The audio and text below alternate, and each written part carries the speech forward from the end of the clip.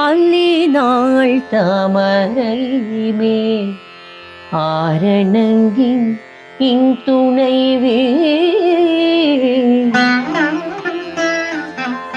மல்லி நாடாண்ட மடமயில் மெல்லியலாய் ஆயர் குலவேந்தன் ஆகத்தான்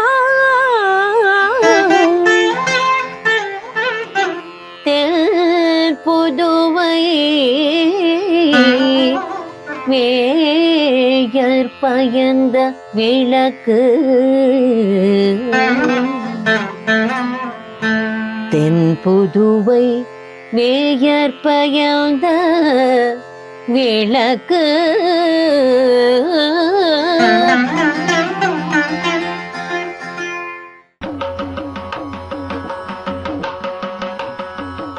श्रीमत्यै विष्णुचित्तार्य मनोनन्दनहेतवे नन्दनन्दन सुन्दर्यै गोदायै नित्यमङ्गलम् गोदायै नित्यमङ्गलम्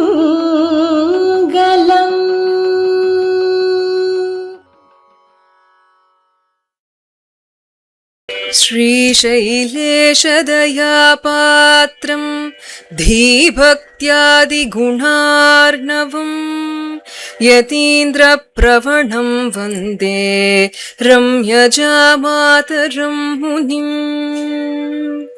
அல்லினாள் தாமரை மேல் ஆரணங்கினின் துணைவே மல்லினாடாண்ட மடமயில் மெல்லியலாள் ஆயர் குலவேந்தன் ஆகத்தாள் தென்புதுவை வேயற்பயந்த விளக்கு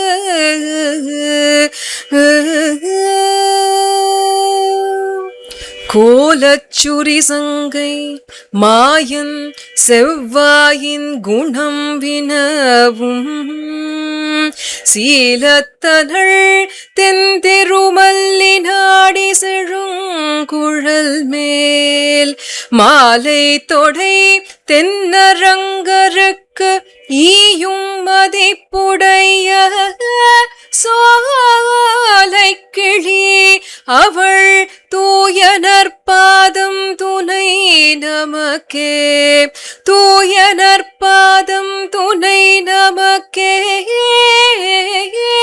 தூய நற்பாதம் துணை நமக்கே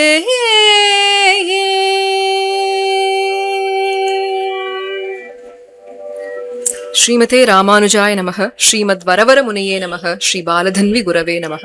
ஆழ்வார்கள் வாழி அருளிச் செயல் வாழி. ஸ்ரீயப்பதியான சர்வேஸ்வரன் தன்னுடைய நிர்ஹேது கிருபையினாலே ஜீவாத்மாக்கள் அனைவரும் உஜ்ஜீவிக்க வேண்டும் என்று பரம கிருபையினாலே நம்முடைய பல திரு அவதாரங்களை எடுக்கின்றான். அப்படி அவன் எடுத்த அவதாரங்களில் ரொம்ப ஆச்சரியமான ஒரு விலட்சணமான திரு அவதாரம் தான் மகாவராக அவதாரம்.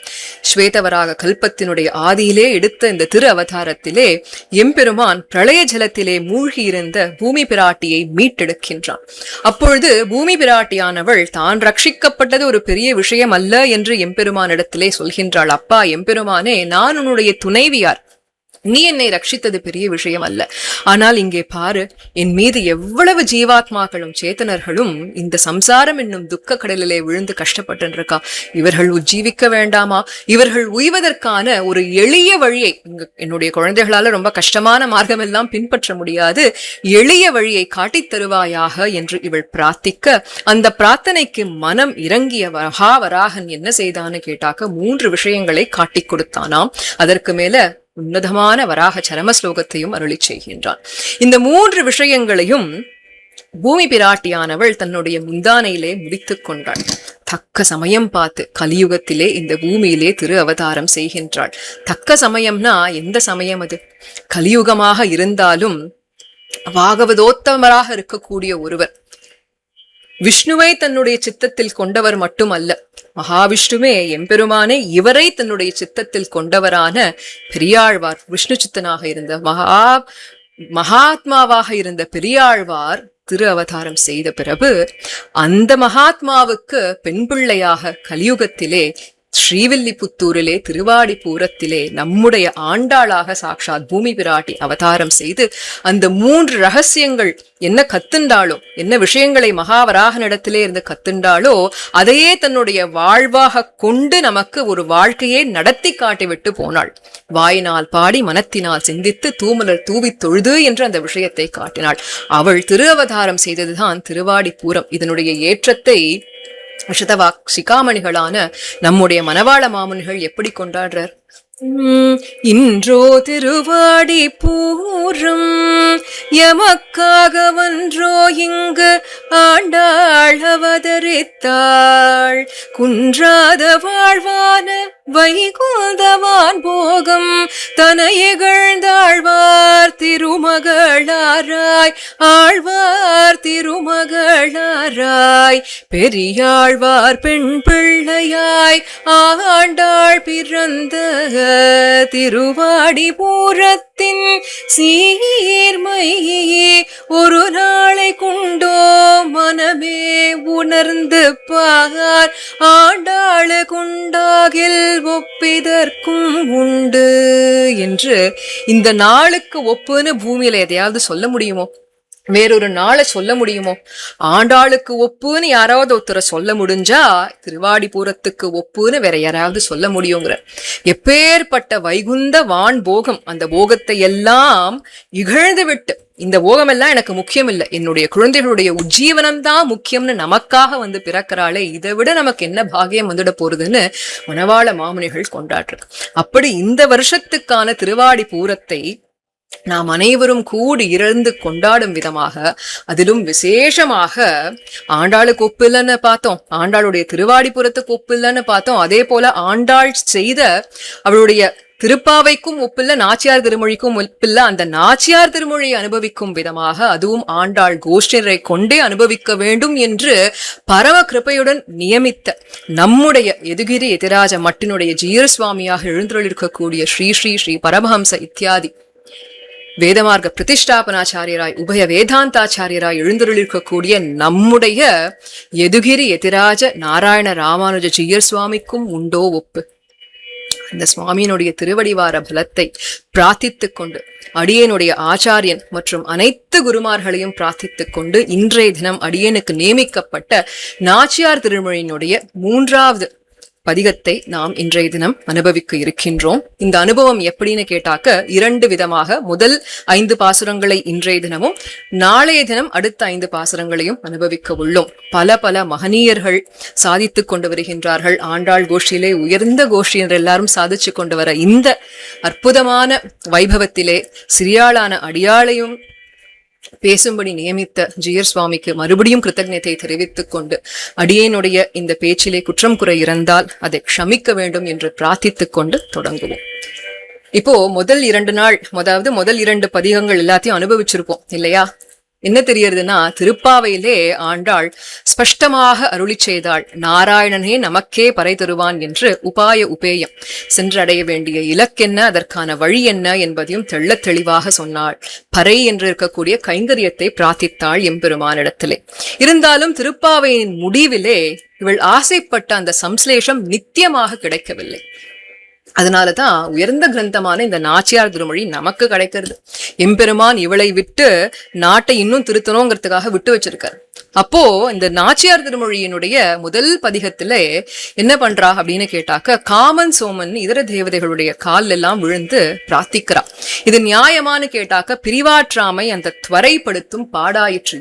இது எல்லாமே ஒரு தெய்வீகமான அனுபவம். சேர்த்தின்னு சொல்றோமே, எம்பெருமானோட அந்த யூனியன் சம்ஸ்லேஷம்னு சொல்றோமே, இதெல்லாம் ஒரு தெய்வீகமான அனுபவமாக இருக்க, மானச சாட்சா்காரமாக அவர்களுக்கு அந்த அனுபவம் எல்லாம் கிட்ட, பிரத்யக்ஷ சமானாகாரமாக இருக்கக்கூடிய அனுபவங்கள் எல்லாம் கிட்ட, அது இந்த பிசிக்கல் பிளேன்ல இருந்துட்டு பார்த்தா நமக்கு புரியவே புரியாது. அதை புரிஞ்சுக்கிறதுக்கு முயற்சியும் இல்லை. ஆண்டாளை போல இருந்தா தான் அவளுடைய இந்த கரை புரண்டோட கூடிய இந்த அனுபவங்கள் எல்லாம் நமக்கு புரியும். அப்போ அந்த சேர்த்து எம்பெருமானிடத்துல ஏற்படலையேன்னு சொல்லி அந்த பிரிவாற்றாமையினால தவிப்பினாலையும் துடிப்பினாலையும் வழியல்லாத வழியிலே போய் காமன் சோமன் கால் எல்லாம் விழுந்தா முதல் பதிகத்திலே.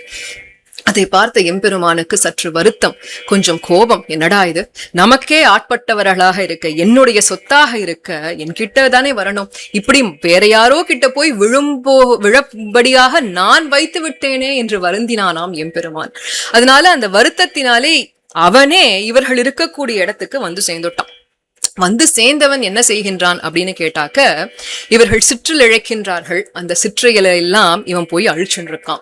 இதுதான் அடுத்து நாமமாயிரம்ங்கிற 2வது பதிகத்திலே பார்த்தோம். இதுல ஒரு ஊடல் கூடல் ஊடல் கூடல்னு இப்படி மாறி மாறி ஏற்பட்டு அந்த பதிகத்தினுடைய முடிவிலே, அந்த திருமொழியினுடைய முடிவிலே என்ன ஏற்படுறதுன்னு கேட்டாக்க, ஒரு நல்ல சம்ஸ்லேஷம் ஏற்படுகின்றது ஆண்டாளுடைய கோஷ்டியினருக்கும் எம்பெருமானுக்கும். ஆண்டாள் இப்போ ஒரு ஆய்ச்சி பாவனையிலே இந்த கோழி அழைப்பதன் முன்னம்ங்கிற இந்த 3வது பதிகத்தை நமக்காக அருளி செய்கின்றாள்.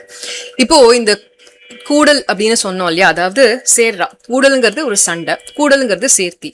இந்த கூடல் ஏற்பட்டதுன்னு நமக்கு எப்படி தெரியறதுன்னு கேட்டாக்க, 2வது பதிகத்தினுடைய 8வது பாசுரத்திலே தொட்டு உதைத்து நலியேல் கண்டாய் அப்படிங்கிறா. அதே போல 9வது பாசுரத்திலே எம்மை பற்றி மெய்ப்பினக்கிட்ட கால் என்கின்றாள். அதாவது எங்களை இழுத்து பிடிச்சு வற்புறுத்தி ஒரு நல்ல ஆலிங்கனம், ஒரு அரவணைப்பை அணைத்து கொண்டாயே அப்படின்னு சொன்னா, இந்த அணைப்பை மத்தவா பார்த்தா என்ன நினைப்பா, இந்த பக்கம் நின்றவர் என் சொல்வார் அப்படின்னு கேட்கிறா இல்லையா. அப்போ இதிலிருந்து ஆண்டாள் கோஷ்டினருக்கும் எம்பெருமானுக்கும் கிருஷ்ண பரமாத்மாவுக்கும் ஒரு சம்ஸ்லேஷம் ஏற்பட்டது என்பது நன்றாக தெரிகின்றது.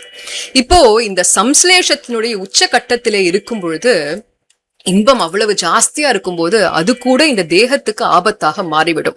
எக்ஸ்ட்ரீம் ஷாக், எக்ஸ்ட்ரீம் ஹாப்பினஸ் எல்லாம் சொல்லக்கூடாது. For a very weak heart அப்படின்லாம் டாக்டர் சொல்வா இல்லையா.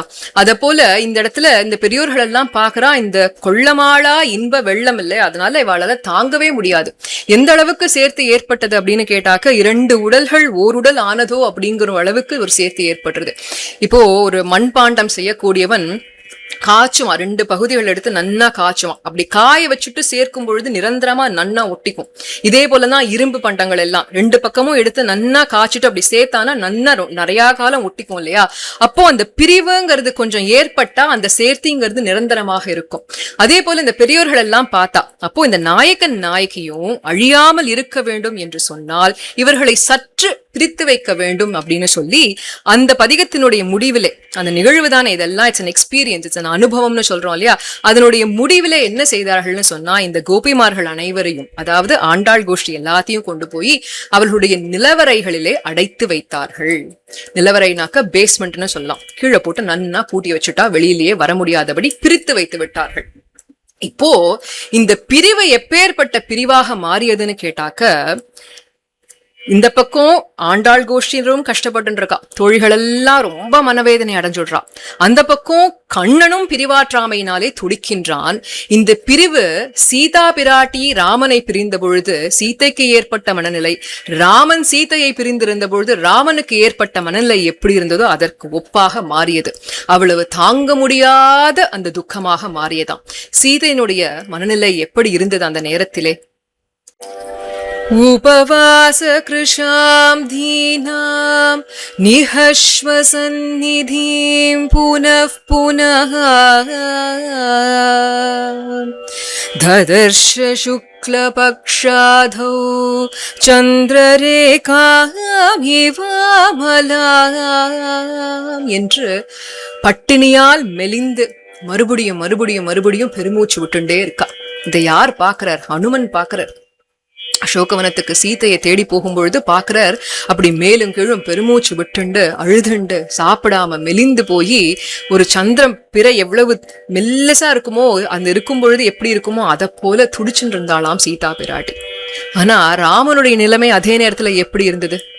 இதே சீதை கிட்ட விண்ணப்பிக்கிறார். அப்புறமா நமாம்சம் ராகவோ பூங்தே நச்சாபி மது சேவதே என்று ராமபிரான் எதையும் உண்ணுவதில்லை. மதுரமாக இருக்கக்கூடிய எதையும், அமிர்தம் போல இருக்கக்கூடிய தேனெல்லாம் சொல்றோமே, எதையுமே புஜிக்கிறது இல்ல ராமபிரான். அதற்கு மேல நயேவதம்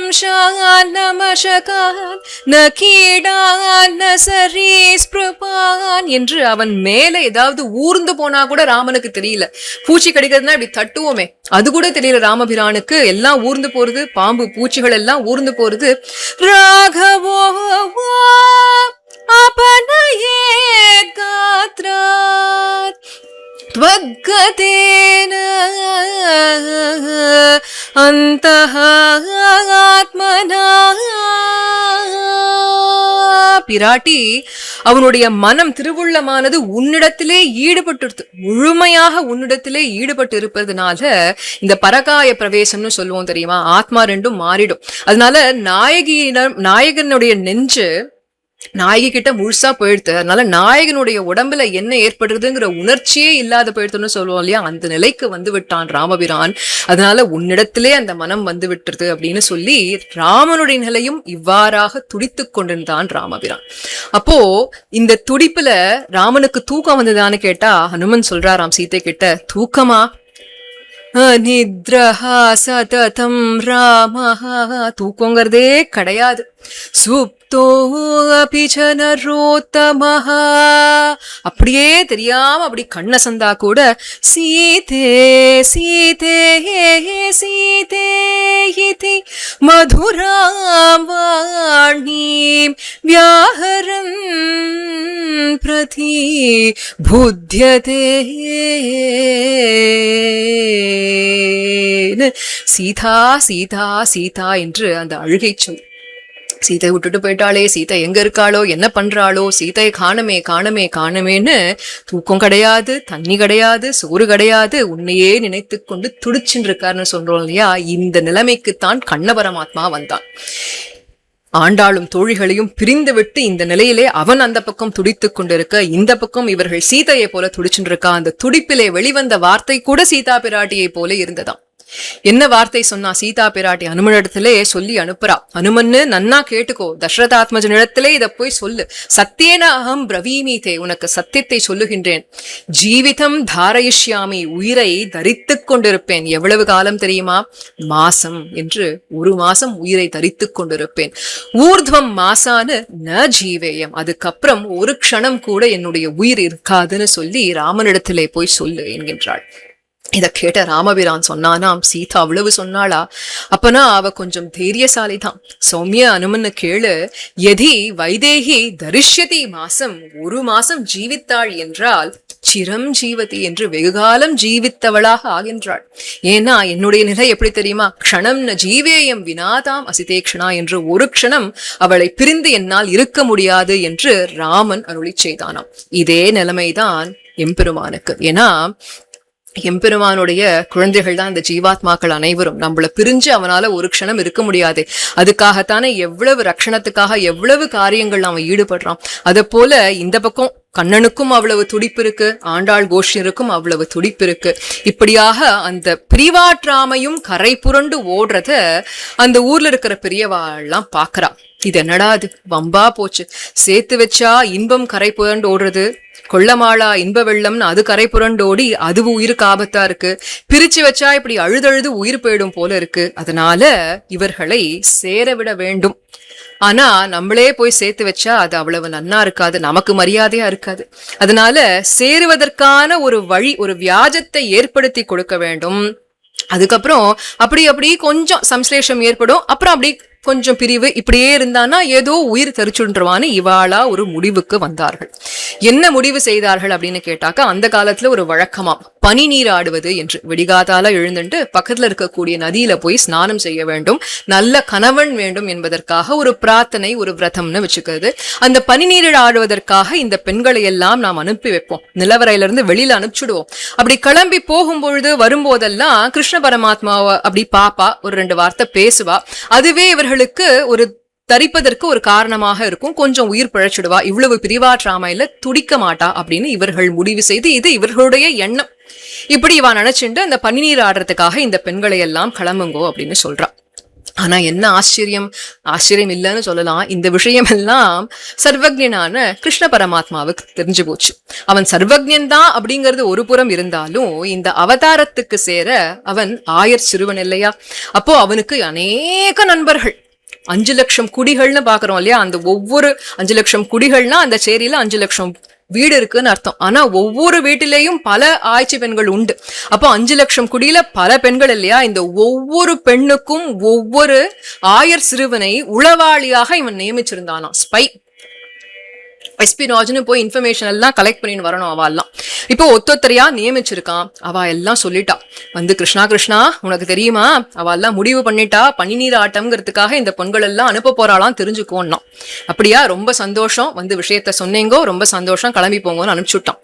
எந்த அளவுக்கு அப்படின்னா, இந்த பெண்களுக்கு மட்டும் அல்ல, தாய் தந்தைக்கு விளைந்த வேறுபாடு என்ன, பிறக்கின்ற வேறுபாடு என்ன, பிறக்க போகும் வேறுபாடு என்னன்னு அவ்வளவையும் தெரிஞ்சு வச்சுட்டு இருக்கான் இந்த கிருஷ்ண பரமாத்மா.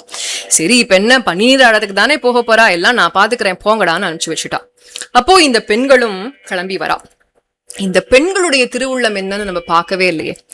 ஆண்டாள் நாச்சியாரும் இந்த தோழிகளும் நினைச்சுட்டு இருந்தாலாம், இனி இந்த கண்ணனை பார்க்கவே கூடாது, அவனோட ஒரு சேர்த்தியே ஏற்கக்கூடாது அப்படின்னு நினைச்சுட்டாலாம். இது என்னடா இது வம்பா போச்சு, ஆண்டாள் முதல்ல இருந்து ஆரம்பிச்சு பறை தருவாய் பறை தருவாய்னு அந்த சேர்த்திக்கு தானே இவ்வளவு பிரார்த்தனை செஞ்சா, கைங்கரியத்துக்கு தானே இவ்வளவு பிரார்த்தனை செஞ்சா, இப்ப என்னவோ கண்ணனை பார்க்கவே மாட்டேன் அப்படின்னா இந்த புருஷார்த்தம் கிட்டுமா, என்ன ஆச்சு இந்த ஆண்டாளுக்கும் இவளுடைய தோழிகளுக்கும்னு கேட்டா அவா நிலையில இருந்தாதான் நமக்கு புரியும்.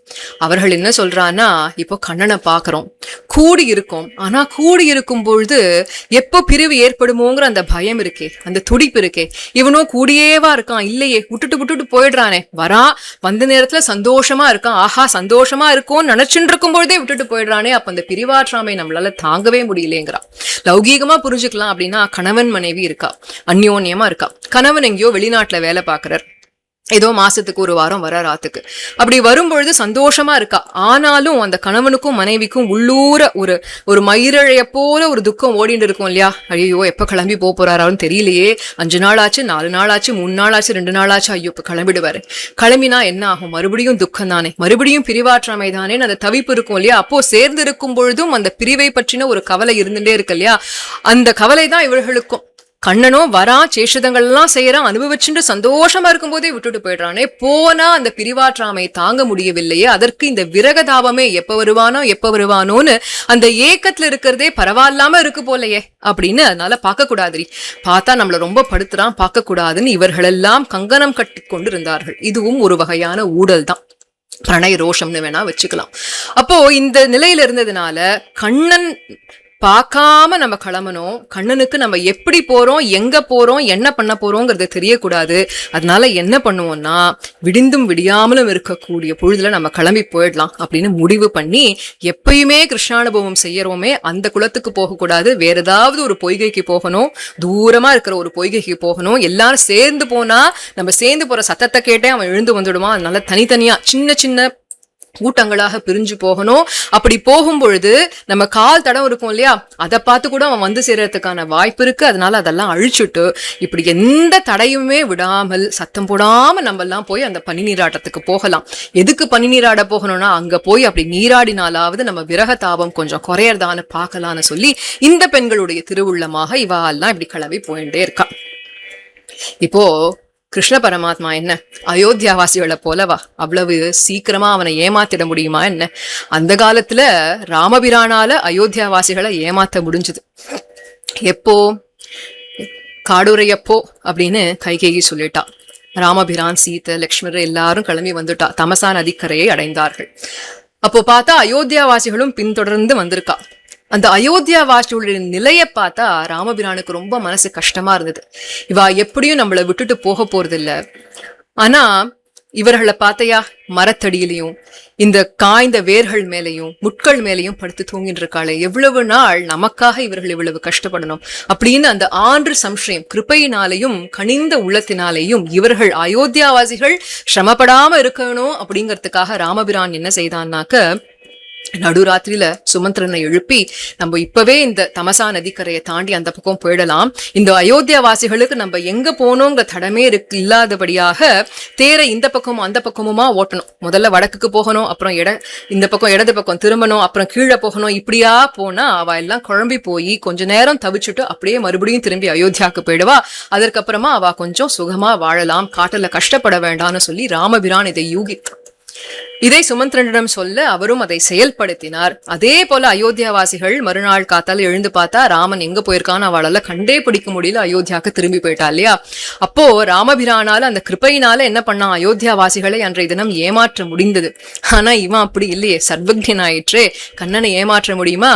அதனால இவனுக்கு எது உதவி செய்தது அப்படின்னு கேட்டாக்க, கண்ணன் என்னும் கருந்தெய்வம்னு கருப்பா இருக்கான் இல்லையா, இவனுக்கும் நிழலுக்குமே வித்தியாசம் தெரியாது, இவனுக்கும் இருட்டுக்குமே வித்தியாசம் தெரியாது. அப்படியே அவளை பின்தொடர்ந்து அவளோட நிழல்லையே ஓடி வந்துட்டான். எப்படி ஹனுமான் அன்றைய தினம் ராவணனை ஆகாய மார்க்கமா அதே இடத்துல வழியா போனாரோ அதே போல பின்தொடர்ந்துட்டே வந்தான். சொல்ல போனா எதிர்சூழல் புக்குன்னு இவாளுக்கு முன்னாடி வந்து சேர்ந்துட்டான். அப்போ இவர்களுக்கு அது தெரியாது. பாவம், எவ்வளவு அறியாத பிள்ளைகளும் தானே அவெல்லாம். அவளுக்கு அதெல்லாம் இவ்வளவு சாமர்த்தியம் எல்லாம் போறாது. அவளுக்கு இடக்கை வலக்கைக்கே வித்தியாசம் தெரியாது. இவ்வளவெல்லாமா யோசிச்சிருப்பா. இவ்வளவு யோசிச்சதே பெரிய விஷயம். அப்போ நேரா வந்தா, பொய்கைக்கு வந்தா. அந்த ஆயர் சிறுமியர்லாம் என்ன பண்ணுவாளோ அதே போல அந்த தர்மத்துக்கு ஏத்தபடி வஸ்திரங்களை எல்லாத்தையும் எடுத்தா, ஆபரணங்கள் எல்லாத்தையும் எடுத்து கரை மீது வைத்து விட்டு அப்படியே குளிக்கிறதுக்காக போயிட்டா. நன்னா நீராடினா, முங்கி முங்கி விரகதாபம் எல்லாம் போறதான்னு பாப்போன்னு முங்கி முங்கி முங்கி நீராடுறா. நீராடிட்டு சரி இப்ப கிளம்பலாம் அப்படின்னு இப்படி எட்டி பாக்குறா. வஸ்திரம் எங்க இருக்கு, எடுத்து போட்டுக்கலாமான்னு எட்டி பார்த்தா ஒரு வஸ்திரத்தையும் காணும். ஏன், அதுக்குள்ள இவன் கீழே இறங்கி வஸ்திரத்தை எல்லாம் தூக்கிண்டு பக்கத்துல இருந்த குருந்த மரத்து மேல போய் உக்காந்துட்டான். அது இவர்களுக்கு தெரியாதே. இதை பார்த்தா வஸ்திரத்தை காணமேன்னு திடுக்கிட்டு போய், என்னடி ஆச்சு இது, எங்க போச்சு வஸ்திரம்னு தெரியலையே, ஆகாயம் வந்துடுத்தோ, பேய் பிசாஸ் எல்லாம் ஏதாவது எடுத்துட்டு போயிடுதா, திக்குகள் எல்லாம் எடுத்துட்டு போச்சா, இல்ல இந்த குளத்துக்கு பசிக்கிறதுன்னு இதுவே முழுங்கிடுதா, இல்ல நமக்கு தெரியாம இந்த கண்ணன் தான் வந்துட்டானா, என்ன ஆச்சு ஒண்ணுமே புரியலேன்னு அப்படி ஒரு திகைத்து போனார்கள். இதுவும் சீதா பிராட்டிய போலத்தான்.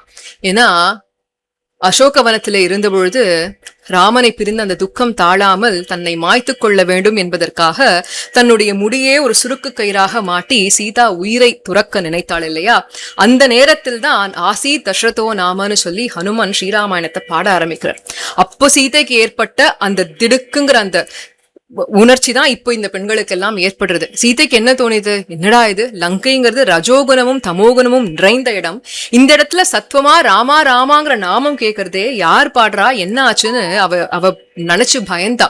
இது என்ன சித்த மோகமா, வாத கதியா, இல்லாட்டி எனக்கு தான் பைத்தியம் பிடிச்சு போயிடுதா அப்படின்னு ஒரு ஐயம் ஏற்பட்டு பின்பு ஒரு தெளிவு ஏற்பட்டது இல்லையா. அத போல இவாளுக்கும் முதல்ல ஒரு பயம் ஏற்பட்டு அதுக்கப்புறம் ஒரு தெளிவு ஏற்பட்டு இப்படி மேல பார்த்தா இங்க கண்ணன் குருந்த மரத்து மேல உட்கார்ந்துட்டு இருக்கான்.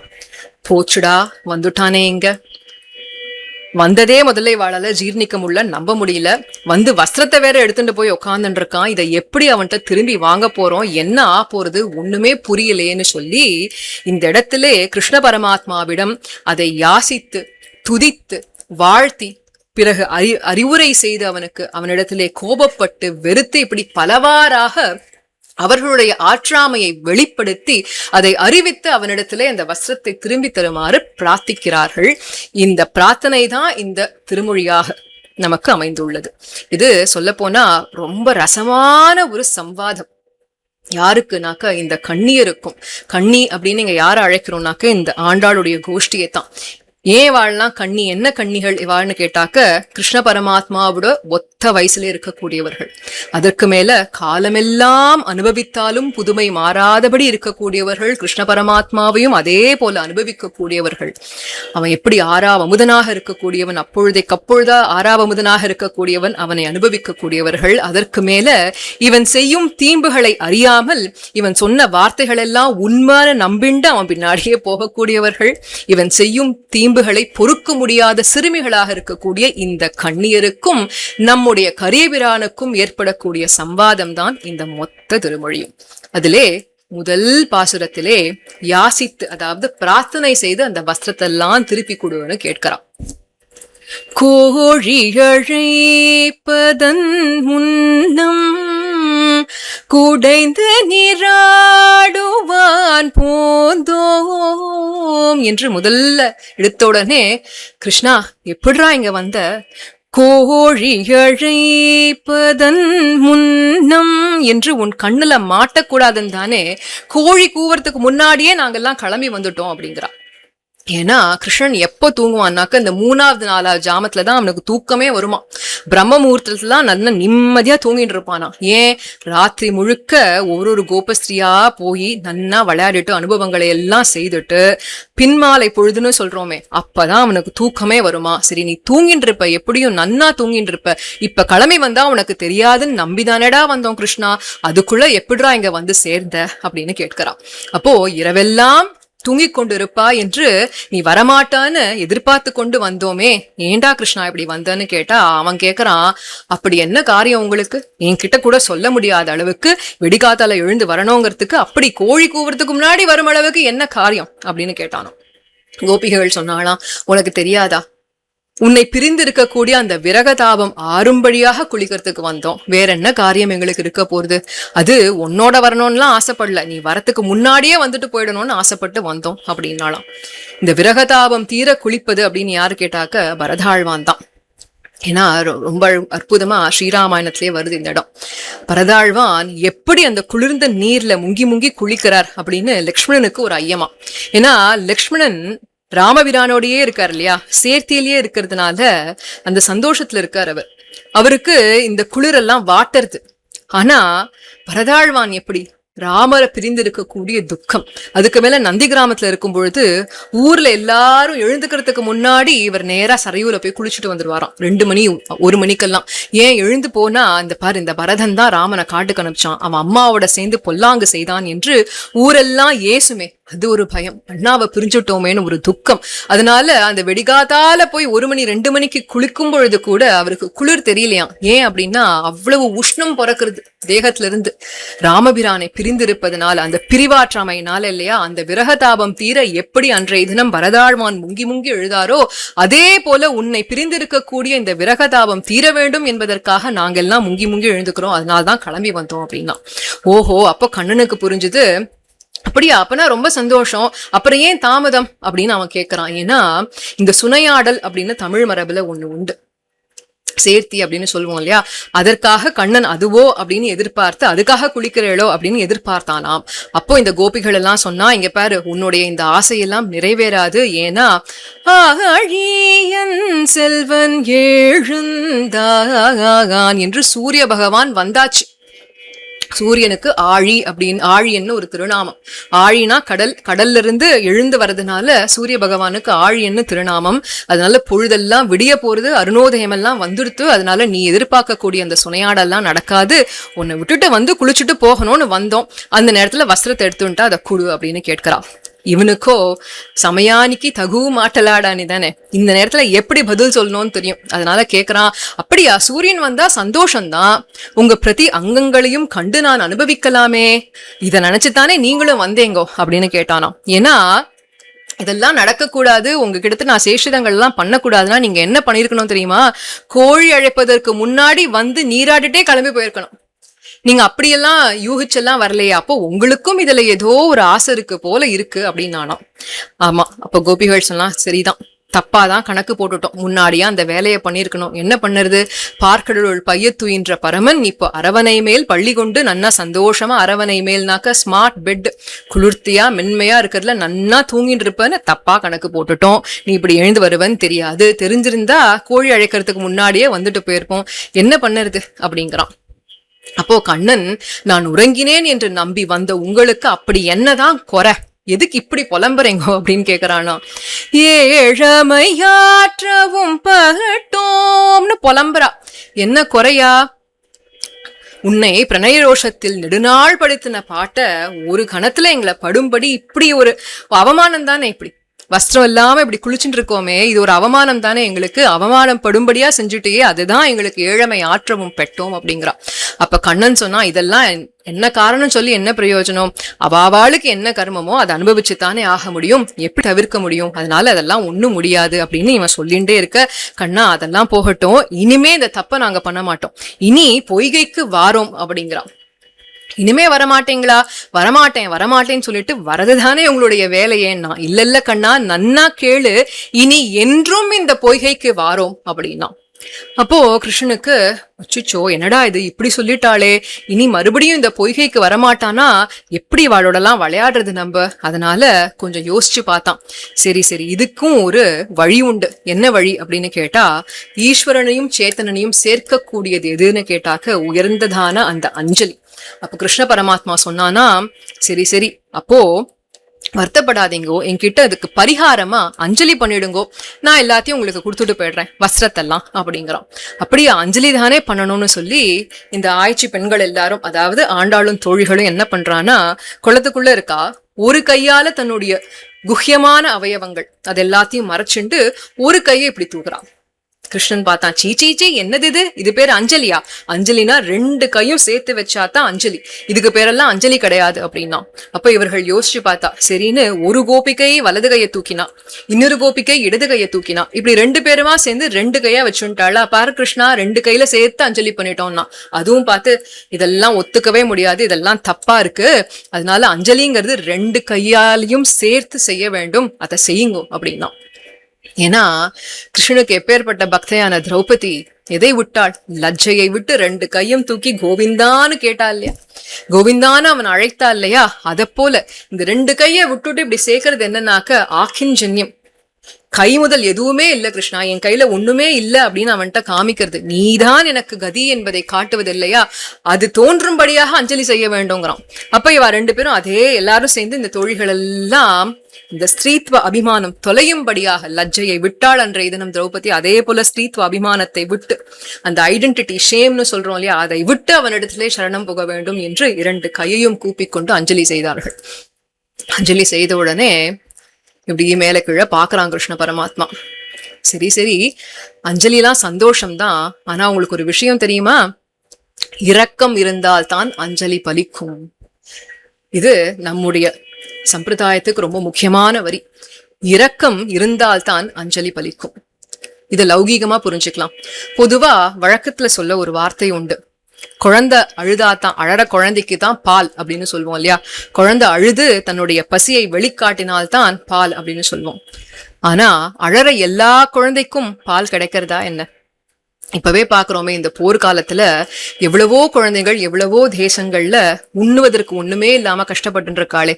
அப்போ அழற குழந்தைக்கெல்லாம் பால் கிடைப்பதில்லை. அழற குழந்தையை பார்த்து மனமிறங்க கூடிய ஒரு தாய் இருந்தால்தான் பால் கிடைக்கும் இல்லையா. அத போல எனக்கு இந்த சம்சாரம் படுத்துறதுன்னு சொல்லி நம்ம எவ்வளவு விண்ணப்பம் செய்தாலும் நம்முடைய நிலையை பார்த்து மனம் இறங்கி வந்த அந்த எம்பெருமான் கட்டாட்சித்தால் தான் அதற்கு ஓய்வு. அப்போ அந்த இரக்கத்தை எதிர்பார்த்து கொண்டுதான் இருக்கின்றோம் நாம் அனைவரும். இதுதான் ரொம்ப உயர்ந்த தாத்பரியம். அதனால்தான் பெரியோர்கள் என்ன சொல்றா, இச்சைதான் நமக்கு அதிகாரம், இரக்கமே நமக்கு உபாயம். அவனுடைய இரக்கம்தான் நமக்கு வழி, அவனை அடைவதற்கு இனிமையே என்று அவனுடைய திருவடிகளில் கைங்கரியமே நமக்கு உபேயம் என்று காட்டி கொடுத்தார் இல்லையா. அப்போ இந்த இடத்துல கிருஷ்ண பரமாத்மா என்ன சொல்றான்னா, எனக்கு இருந்தாலும் இரக்கம் வரலையே, நீங்கள் அஞ்சலி செய்வதை பார்த்து ஏன் வரவில்லை அப்படின்னு கேட்டா, என்னுடைய விருப்பம் என்ன? சம்ஸ்லேஷம், உங்களுடன் சேர்ந்து இருப்பது, அனுபவங்களை செய்வது, என்னுடைய பிரணயிகளான உன்னிடத்திலே அனுபவங்களை செய்வது. அது ஏற்பட்டாதானே எனக்கு இரக்கம் வரும்ல. இதேதானே பரதாழ்வானுடைய கதையிலையும் பாக்குறோம். பரதாழ்வான் எப்படியாவது ராமபிரான அயோத்தியாவுக்கு மறுபடியும் அழைச்சிட்டு வரணும்னு பார்த்தார். எவ்வளவோ முயற்சிகள் செய்தார். தான் கூட்டா வரமாட்டார்னு சொல்லி வசிஷ்டர் போன்ற மகான்களை அழைத்து சென்றார், குருமார்களை அழைத்து சென்றார், அயோத்தியா வாசிகளை அழைத்து சென்றார். அதற்கு மேல தாய்மார்கள் 3 பேரையும் கூட்டிட்டு எவ்வளவோ பிரயத்னப்பட்டா. ஆனா ராமபிரான் திரும்பி வரவில்லை. பரதாழ்வான் செய்தது ஒரு முட்டாள்தனம் என்று தோன்றும்படியாக மாறிடுத்து. என்ன காரணம்னு கேட்டாக்க, ராமபிரானுடைய திருவுள்ளம் என்ன? அங்கே சென்று ராவணனை அழிக்க வேண்டும், வனத்திலே இருக்கக்கூடிய ரிஷிகளை காக்க வேண்டும் என்பது. அப்போ அந்த திருவுள்ளத்தை புரிந்து கொண்டிருந்தா பரதாழ்வான் திரும்பி வான்னு கேட்டிருக்க மாட்டார் இல்லையா? அப்போ அந்த திருவுள்ளம், எம்பெருமானுடைய திருவுள்ளத்தை புரிந்து கொண்டு தான் எப்பயுமே நம்ம நடக்கணும். இதே போல இந்த இடத்துல இந்த கோபஸ்திரீகள் எம்பெருமானுடைய திருவுள்ளத்தை புரிந்து கொள்ளவில்லையே. ஏன்? இவனுடைய விருப்பம் சம்ஸ்லேஷம், அவர்களுடைய விருப்பம் வஸ்திரமாக இருந்தது. அதனால இந்த அஞ்சலி பண்ணா கூட அந்த அஞ்சலி பலிக்காத மாதிரி மாறிடுத்து. அப்போ இந்த கோபிகள் எல்லாம் சொல்றா, உன் நினைவு இல்லாவிடலும் பலிக்கக்கூடிய தப்பாத சாதனம் தானே இந்த அஞ்சலி அப்படின்னு கேட்கிறான். திரௌபதிக்கு ஆபத்திலே புடவை சுரந்தது திருநாமம். அதே போல பிராட்டியும் நீயும் விடலும் திருவடிகள் விடாது தின்கழலா இருக்கும்னு சொல்றோம் இல்லையா? அப்படி போன்ற ஒரு சாதனம் தானே இந்த அஞ்சலி என்பது. அஞ்சலிஹி பரமா முத்ரா க்ஷீப்ரம் தேவம் பிரசியாதினி அப்படின்னு சொல்லக்கூடிய அஞ்சலி. அதனால அந்த அஞ்சலிக்கு பலமாக வஸ்திரத்தை கொடுத்தருள்வாய்னு சொல்லி இந்த முதல் பாசுரத்திலே பிரார்த்திக்கின்றார்கள்.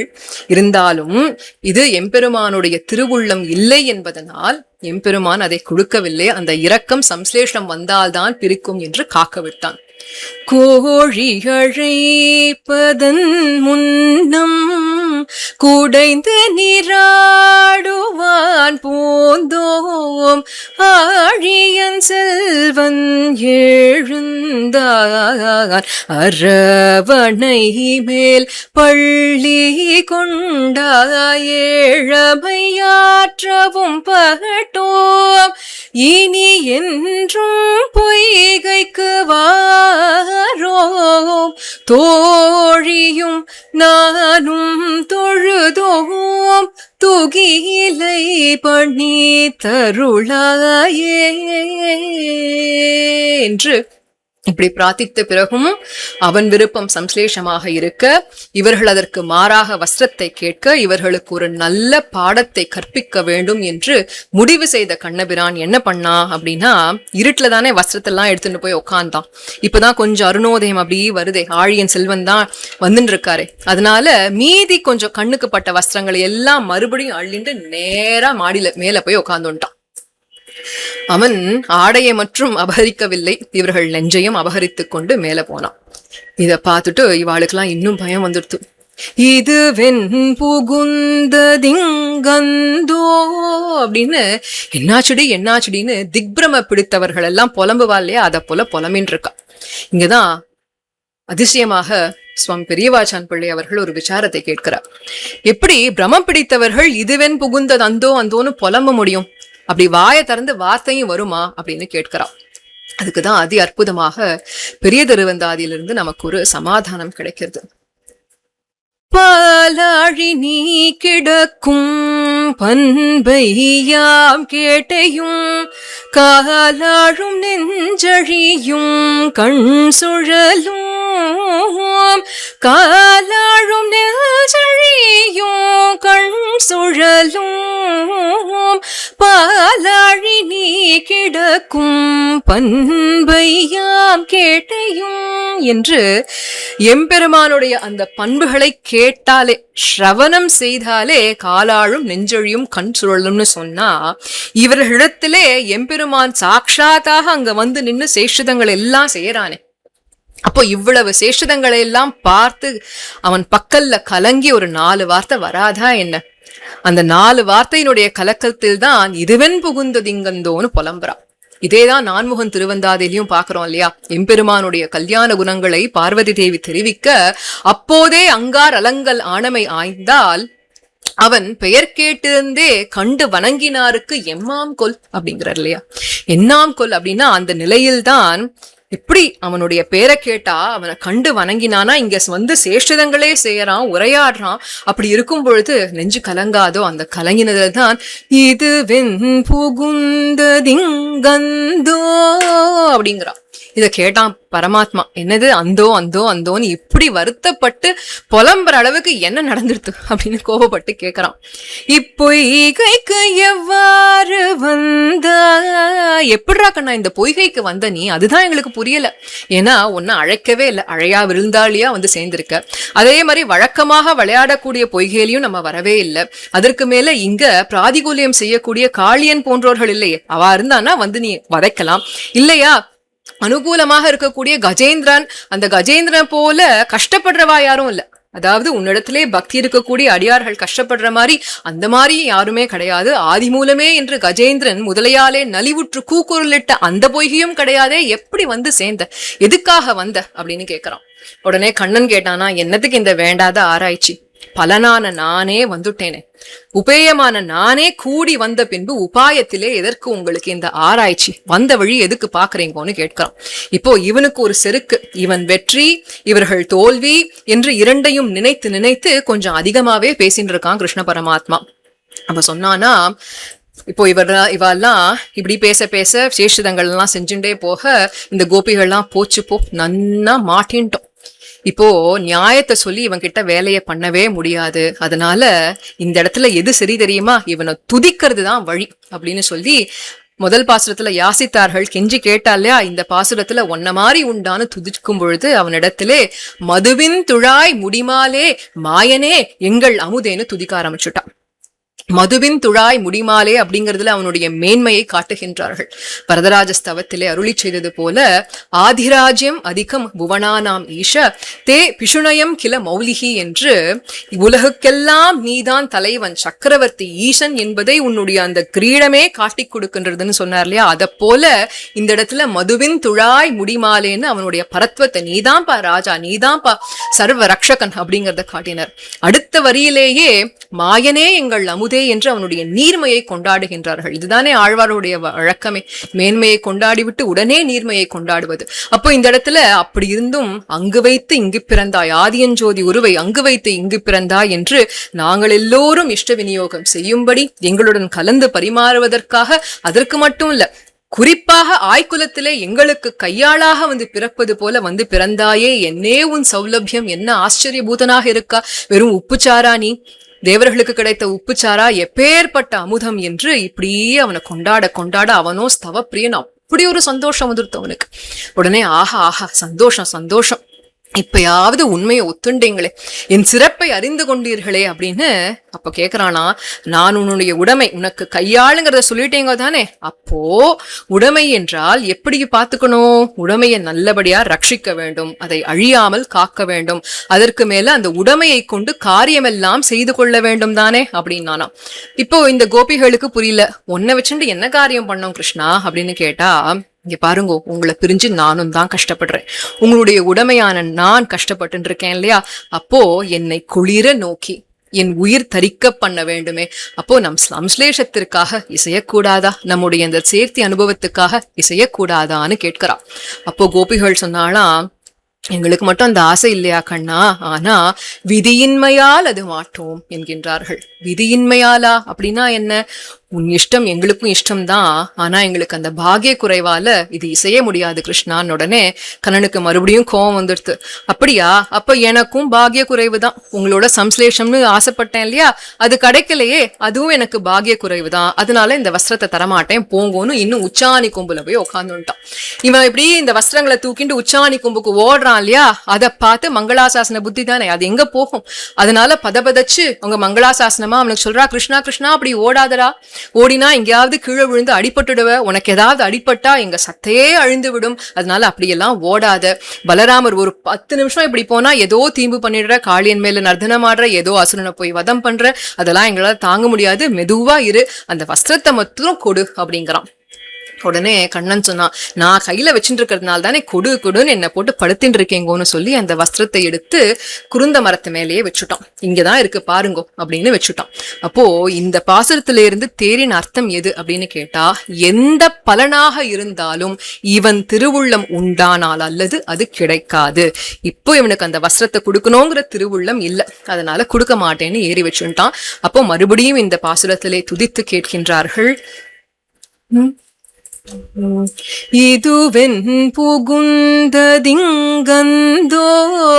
இப்பொய்கைக்கு எவ்வாறு வந்தாய் மதுவிந்துழாய் முடிமாலே மாயனே எங்கள் அமுதே விதியின் மயால் அது மாட்டோம் வீத்தக பிள்ளாய் விரையேல் குதி கொண்டரவில் நடித்தாய் குறுந்திடை கூரை பணியாய் என்று இப்படி கேட்கிறா. அது மட்டுமல்ல, இப்போ ரொம்ப நேரம் ஆயிடுத்து, 2 பாசனம் ஆயிடுத்து. அதனால பாரு, இந்த குளிர்ந்த நீர்ல எவ்வளவு நேரமா நின்னுட்டு இருக்கோம், மீனெல்லாம் காலை கவ்வின்னு இருக்கு, இதெல்லாம் பார்த்துட்டும் நீ பேசாம இருக்கலாமா? இது நியாயமா அப்படின்னு கேட்கிறா. கிருஷ்ணன் சொன்னானா, அப்பனா கரைக்கு வாங்கோ, இது என்ன பெரிய கஷ்டம், கரைக்கு வாங்கோ, வஸ்திரத்தை தரேன்னா. சரின்னு இவ அப்படியே எழுந்துக்கலான்னு அப்படி கொஞ்சம் பார்த்தா இவன் மறுபடியும் கிண்டல் அடிக்க ஆரம்பிச்சுட்டான். அப்படி உற்று பாக்குறான், புன்முறுவல் செய்யறான், சேஷ்டதங்கள் எல்லாம் செய்யறான். இவளுக்கு கோவம் வந்துடுத்து. எல்லே இதென்ன இளமை, என்னது இது, என்ன இந்த மாதிரி காரியங்கள் எல்லாம் செய்யறியே, அருவருப்பா இருக்கு கிருஷ்ணா, இப்படி எல்லாம் பண்ணாத அப்படிங்கிறா. கண்ணன் சொல்றானா, இதுல என்ன அருவருப்பு, ஒத்த பருவம், அப்புறம் என்ன பாருங்கோ, நீங்களும் சின்ன குழந்தைகளாட்டம் தான் வஸ்திரங்கள் எல்லாம் இங்க போட்டு போயிருக்கேங்கோ, அதனால இதெல்லாம் ஒன்னும் லஜ்ஜப்படுறதுக்கு ஒண்ணுமே இல்லை அப்படின்னு கிருஷ்ணன் விளையாட்டா சொல்லிட்டு இருக்கான். அப்ப கோபிகள் சொல்றாளா, என் மனைமார் காணில் ஒட்டார், எங்க ஆத்துல பெரியவாள்லாம் பார்த்தா பெரிய வம்பாயிடும் கிருஷ்ணா, அதனால இதெல்லாம் வேண்டாம் அப்படின்னு. உடனே கண்ணன் சொன்னா, ஏன் உங்களுக்கு மட்டும்தான் அப்பா அம்மா இருக்காளா? எனக்கு 1க்கு 2 அம்மா இருக்கா, 1க்கு 2 அப்பா இருக்கா, எங்க அண்ணன் இருக்கான். அப்போ யசோதா, தேவகி, வசுதேவர், நந்தகோபா, பாலராமர்னு இவாள்லாம் வந்து பார்த்தா எனக்கும் தான் அவமானம். ஆனா அதெல்லாத்தையும் விட்டுட்டு உங்களோட கூடணுங்கிறதுக்காக தானே நான் இவ்வளவு ஆசைப்பட்டு வந்திருக்கேன், உங்களுக்கு அந்த ஆசையே இல்ல போலையே அப்படிங்கிறான் கிருஷ்ணா. ஆனா ஆண்டாளும் கோஷ்டியெல்லாம் சொன்னாளா, நீ வேற நான் வேற கிருஷ்ணா, அப்படியே அவெல்லாம் வந்து ஏதாவது உன்கிட்ட வார்த்தைகள் 4 வார்த்தை சொன்னா கூட நீ அதெல்லாம் கண்டுப்பியா என்ன? ஆழியங்கை பொல்லாங் ஈதென்று கருதாய் என்று பழி சொல்லுக்கு நீ முதல்ல பயப்படவே மாட்ட, அதற்கு மேல அத பழியாகவே நினைக்கவும் மாட்ட, இன்னும் ஒரு படி மேல போய் அந்த பழிய நினைச்சுட்டு பூரித்து போகின்றாய். ஆனா நாங்க அப்படி இல்லையே, பழின்னு வந்துட்டா பொதுவாகவே 5 குடிக்கு ஒரு பழியா 5 குடிக்கு பழியாக வந்துடுத்துனாலே எங்களால தாங்கவே முடியாது, பழி சொல்லலாம் தாங்க முடியாது, எங்களுக்கு அதெல்லாம் பெரிய பயம். அதனால நீ வேற நான் வேற கிருஷ்ணா, எங்க ஆத்துல மனுஷாலாம் பார்த்தா பிரச்சனையாயிடும், வேண்டாம் அப்படிங்கிறா.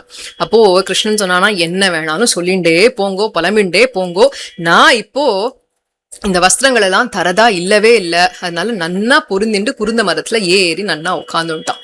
அப்போ கோபிகள் எல்லாம் சொல்றா, நீ செய்யறது நியாயமே இல்லடா கண்ணா, ஏன்னா அன்றைய தினம் ஒரே ஒரு பெண் பிள்ளையான சீதா பிராட்டிக்கு நீதானே அந்த ராமபிரான், அந்த சீதா பிராட்டிக்காக வில்லால் இலங்கை அழித்தாய், பாலம் கட்டற போய் மொத்த இலங்கையும் அழிக்கிற ஒரு சீதா பிராட்டிக்காக, அதுக்கு நேர்மாறான செயலை இப்படி செய்யறே, இப்போ இது நியாயமா அப்படின்னு கேட்டான். அப்போ கிருஷ்ண பரமாத்மா சொன்னானா, நான் சீதை எப்பேற்பட்டவள் தெரியுமா, என் திருவுள்ளத்தை அறிந்திருந்தவள், திருவுள்ள கருத்து அவளுக்கு நன்னா தெரியும், அதனால அதெல்லாம் செய்ய முடிஞ்சது.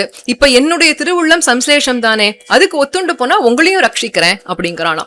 ஆனா இவர்கள் மறுபடியும் சொல்றா, நீ வேண்டியதெல்லாம் தருவோம், அதற்கெல்லாம் எந்த தடையுமே இல்லை, அப்ப சம்சலேஷத்துக்கு சம்மதமா அப்படின்னு கேட்டா இல்லையே, ஆனாலும் நிறைய பேர் இந்த இடத்துல பார்த்தா அவமானம் ஆயிடும்னு அந்த லஜ்ஜை இன்னும் இருக்கு அவளுக்கு, அதெல்லாம் சொல்லிட்டு போக கிருஷ்ண பரமாத்மா சொன்னா, அப்பனா சரி நம்ம எப்பயும் போற இடத்துக்கு போறேளா அப்படின்னு கேக்குறான்.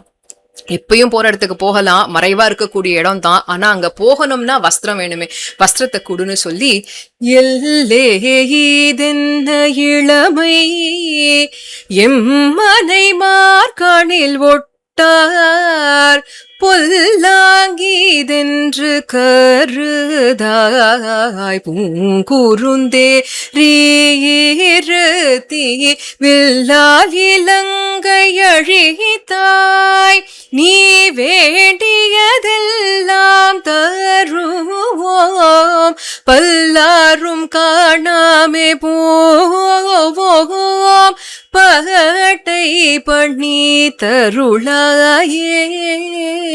இவ பிரார்த்திக்க கிருஷ்ண பரமாத்மா கொஞ்சம் யோசிச்சு பார்த்தான்.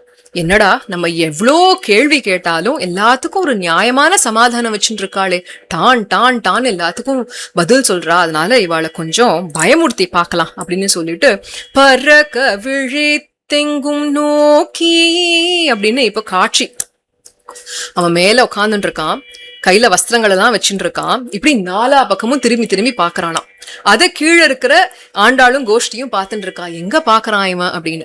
அது பாக்கறச்சே வேற என்ன செயல் செய்யறான் அப்படின்னு கேட்டா, யாரோ அந்த திக்குல இருந்து நடந்து வர்றது போலையும் இவர்களை பாக்குறது போலையும் அப்படியே இலையெல்லாம் வச்சுன்னு மறைச்சுக்கிறான். இல்ல இலைக்குள்ள ஒரு சின்ன ஓட்டை பண்ணி என்ன வந்திருக்குன்னு எட்டி பாக்குறான். இப்படி எல்லாம் பார்த்து தான் உடம்பெல்லாம் ஒடுக்கிக்கிறான். யாரோ வராளோ, நான் இருக்கிறது தெரியக்கூடாது அவளுக்குங்கிறது போல எல்லாம் உடம்பெல்லாம் ஒடுக்கிக்கிறான். இதெல்லாம் பார்க்க பார்க்க இவாளுக்கு பயம். போச்சு போச்சு, யாரோ வர ஆடவர்கள் எல்லாம் வந்துட்டா என்ன ஆகும், நம்ம மானமெல்லாம் போறது அப்படின்னு அவமானத்தால பயந்து அழுகை வர, இவனுக்கு நேரம் அழறதுவா, எப்படி இவனுக்கு நேரம் அழறதுன்னு சொல்லி அந்த அழுகையை அடக்கிக்க முயற்சி பண்ண, அந்த அழுகையும் அடங்கி போகாமல் அரக்கனில்லா கண்ணீர்கள் அப்படின்னு சொல்லி துன்புறுச்சுன்னு இருக்கா, துன்பப்பட்டு இருக்கா. இப்போ அந்த துன்பம் அப்படின்னா எங்க, இந்த துன்பம் தான் அந்த பொய்கையில நடக்கிறது இல்லையா. நம்ம வாழ்க்கைக்கும் இது அப்படித்தானே. சம்சாரம் அப்படிங்கிற அந்த பெரிய குளத்துல கஷ்டப்பட்டு இருக்கோம். கீழையா மீன் கடிக்கிறது, இந்த பக்கம் யார் வருவாளோ அவமானங்களும் தோல்விகளும் மாத்தி மாத்தி படுத்துறது. அப்போ இதெல்லாம் தான் அந்த சம்சார அடிக்கொதிப்பு இல்லையா, அதை போல தவிச்சுட்டு இருக்கா இந்த கோபஸ்திரீகள் எல்லாம். ஆனா அவன் கண்டுக்கவே இல்லை. இப்படி மேல பாக்குறான், கீழே பாக்குறான், அவன் பண்ற சேஷ்டிதங்களையே பண்ணிட்டு இருக்கான். உடனே கேக்குறா, இரக்கமே இல்லையா கண்ணா, இரக்கம் ஒன்றும் இல்லாதாய், இலங்கை அழித்த பிரானே, மறுபடியும் ஞாபகப்படுத்துறோம்டா, சீதையை காப்பாத்தினியே, எங்களுக்காக ரட்சணம் பண்ணக்கூடாதா அப்படின்னு மறுபடியும் மறுபடியும் கேக்குறான். அப்போ இவா இரக்கம் ஒன்றும் இல்லாதாய்னு சொன்ன உடனே கிருஷ்ணன் சொன்னானா, எனக்கு இரக்கம் இருந்தது, நமக்குள்ள இரக்கத்தையும் இல்லை என்று சொன்னீர்கள், அதனால அது எனக்கு இல்லாமலே போகட்டும் அப்படின்னாலும் வஸ்திரத்தை எடுத்துட்டு பக்கத்து கொம்புக்கு தாவிட்டான். அங்கேயும் போய் இந்த வஸ்திரத்தை போட்டுன்னு உக்காந்துட்டான். அப்போ கோபிகள் எல்லாம் சொல்றா, போரும் போரும், எனக்கு நன்னா தெரியும், நீ குரக்கரசனாவது அறிந்தோம், நீ குரங்குக்கெல்லாம் அரசன், பெரிய வல்லவன் எங்களுக்கு எல்லாம் தெரியும், வஸ்திரத்தை குழு கிருஷ்ணா அப்படின்னு கேட்ட உடனே இவன் என்ன பண்ணா, அந்த வஸ்திரத்தை ஒரு குருந்த மரத்து மேல ஒரு கிளை மேல அப்படி போட்டு வச்சுட்டு, நீங்களே வந்து எடுத்துக்கோங்கோ அப்படின்னுட்டான். என்ன இவ்வளவு சொல்றீங்கோ இல்லையா, இரக்கம் இல்லைங்கிறீங்கோ, என்னெல்லாமோ சொல்லிண்டே இருக்கீங்கோ, அதனால வாங்கோ நீங்களே ஏறி வந்து இந்த வஸ்திரத்தை எல்லாம் எடுத்துட்டு போங்கோ அப்படின்னுட்டான். அப்போ ரொம்ப முக்கியமான தாத்பரிய அர்த்தம் இது. எப்படி உபமானமா எடுத்துக்கலாம், எம்பெருமான் கிருஷ்ண பரமாத்மா இல்லையா, அதே நேரத்துல இந்த ஆண்டாளும் கோஷ்டியும் ஜீவாத்மாவை காமிக்கிறது. இந்த வஸ்திரம் அப்படிங்கிறது இங்க பலன். ஆனா இந்த வஸ்திரம்ங்கிற பலன் தான் புருஷார்த்தம்னு வச்சுட்டோன்னு சொன்னா கூட, கிருஷ்ண பரமாத்மா என்ன பண்றான், இப்போ குருந்த மரத்து மேல போட்டு நீங்களே வந்து எடுத்துக்கோங்க அப்படின்னா, இந்த ஜீவாத்மா அதாவது ஆண்டாளும் கோஷ்டியும் ஒரு யத்னம் பண்ணி ஒரு முயற்சி பண்ணி அதை எடுக்கணும். அப்போ அப்படி இல்லையே நம்ம சம்பிரதாயம், நம்மளுடைய முயற்சினால இல்லையே. அதனால தானே திருக்கண்ண மங்கை ஆண்டான் வியாபாரத்தை விட்டார்னு சொல்றோம். ஏன், நம்ம அவன் கையவே எதிர்பார்த்துட்டு இருக்கோம். அதைத்தான் இங்க ஆண்டாளும் கோஷ்டியும் காமிக்கிறா. அப்பா கிருஷ்ண பரமாத்மா, உன் கையையே எதிர்பார்த்து கொண்டிருக்கின்றோம், நீதான் அந்த வஸ்திரத்தை தரணும், நாங்களா முயற்சி செய்து எடுக்க மாட்டோம். அப்ப எந்த பலனாக இருந்தாலும் அவன்தான் நமக்கு தர வேண்டும், நாம முயற்சி செய்து அந்த பலனை அடையக்கூடாது. ஏன், எம்பெருமான்கிறவன் எப்பேற்பட்டவன், சர்வஜனாய் சர்வசக்தியாய் பிராப்தாவாக இருக்கக்கூடியவன் எம்பெருமான்.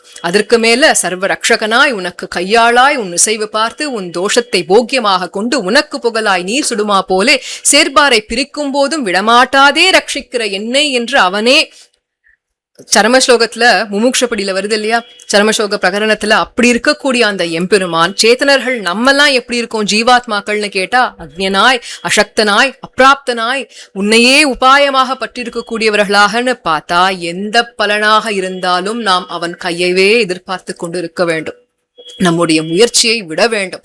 அந்த நிவர்த்தி மார்க்கம் தானே நமக்கு காட்டப்பட்டது. அதனால எம்பெருமானே உபாயமானவன், மீதி எல்லாமே சேத்தனுடைய முயற்சியில எதுவுமே இல்லை அப்படிங்கறத வெளிக்காட்டும் விதமாக கோபஸ்திரீகள் சொன்னா, நாங்கெல்லாம் வரமாட்டோம், இறைவா நீ தாராய் பறை, நாராயணனே நமக்கே பறை தருமான் அப்படிங்கறதுனால நீயேதான் அந்த வஸ்திரத்தை கொடுக்க வேண்டும் என்று பிரார்த்தித்துக் கொண்டே இருந்தார்கள் அங்க கோபஸ்திரீகள்.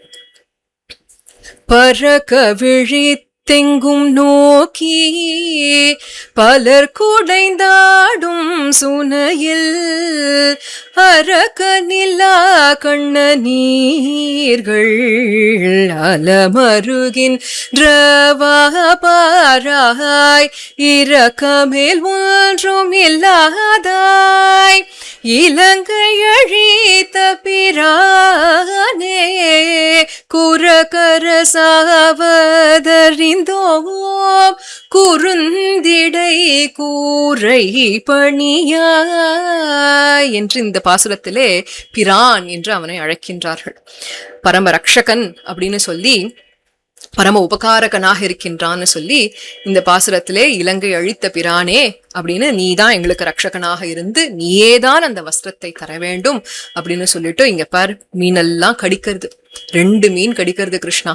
அந்த காலத்துல ஒரே ஒரு நீர்ப்புழு, அந்த ஒரு நீர்ப்புழு கஜேந்திரன் அப்படிங்கிற உன்னுடைய அடியவன் ஆஷ்ரிதனை படுத்தினதுங்கிறதுக்காக எவ்வளவு பாடுபட்டு எங்கிருந்து ஓடி வந்து உதவின.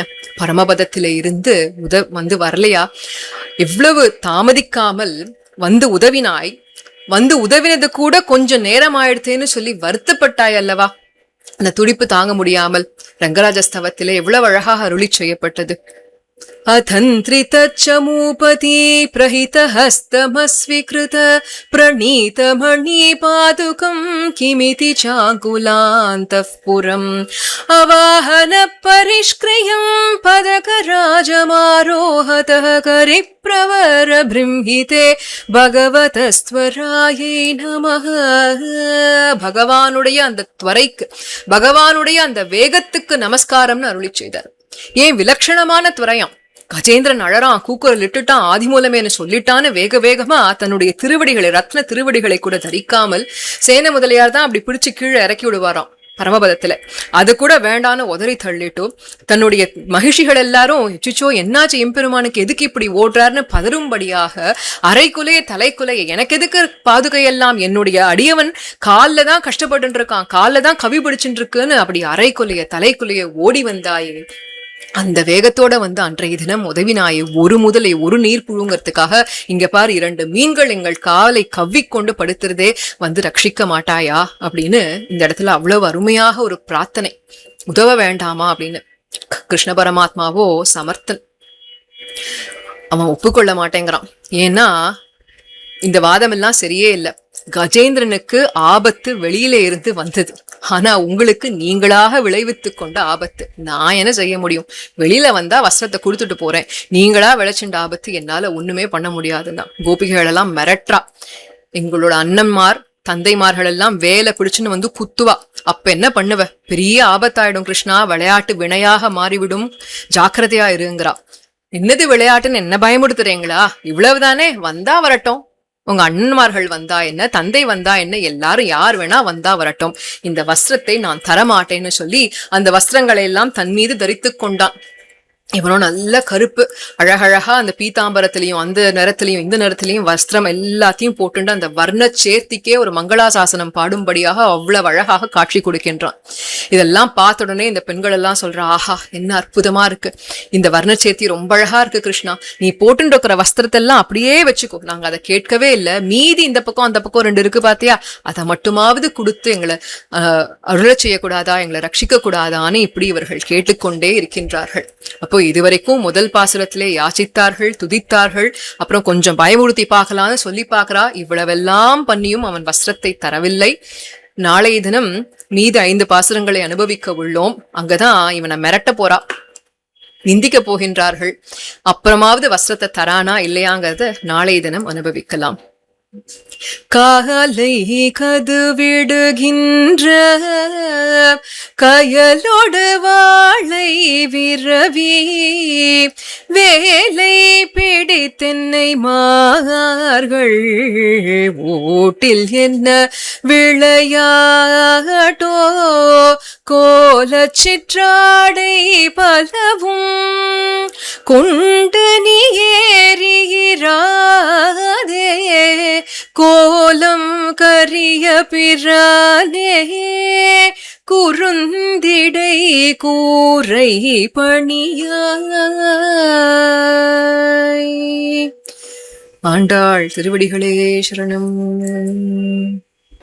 பற்பமென திகழ் பைங்கழலும் தன் பல்லவமே விரலும் பற்பமென திகழ் பைங்கழலும் தன் பல்லவமே விரலும் பாவனமாகிய பைந்துவராடை பதிந்த மருங்கழகோ பாவனமாகிய பைந்துவராடை பதிந்த மருங்கழகும் முப்புரி நூலோடு முன்கையில் ஏந்திய முக்கோல் தன்னழகும் எப்பொழுதும் யதிராசன் வடிவழகு என் இதயத்துள்ளதால் இல்லை எனக்கெதிர் இல்லை எனக்கெதிர் இல்லை எனக்கெதிரே இல்லை எனக்கெதிர் இல்லை எனக்கெதிர் இல்லை எனக்கெதிரே